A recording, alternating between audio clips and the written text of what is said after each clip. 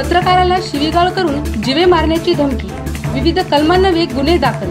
नमस्कार, आपण पाहत आहे माय इंडिया न्यूज चॅनल। दिग्रस येथील एका पत्रकाराचा दुचाकीने पाठलाग करत अश्लील शिवीगाळ व जीवे मारण्याची धमकी दिल्याची पोलिसात तक्रार दिल्याने विविध कलमांन्वये गुन्ह्याची नोंद केल्याची घटना आज दिनांक 23 जुलै 2025 रोजी सायंकाळी 6 वाजताच्या दरम्यान घडली।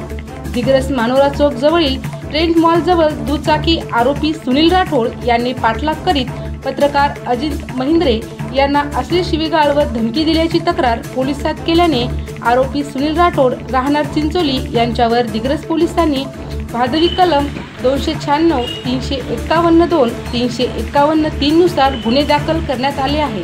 सदर प्रकरण सीसीटीव्ही कॅमेऱ्यात कैद झाले असून त्यांची चौकशी करून न्याय देण्याची मागणी पत्रकार अजित महिंद्रे यांनी केली आहे। या प्रकरणाचा तपास ठाणेदार वैजनाथ मुंडे करीत आहेत।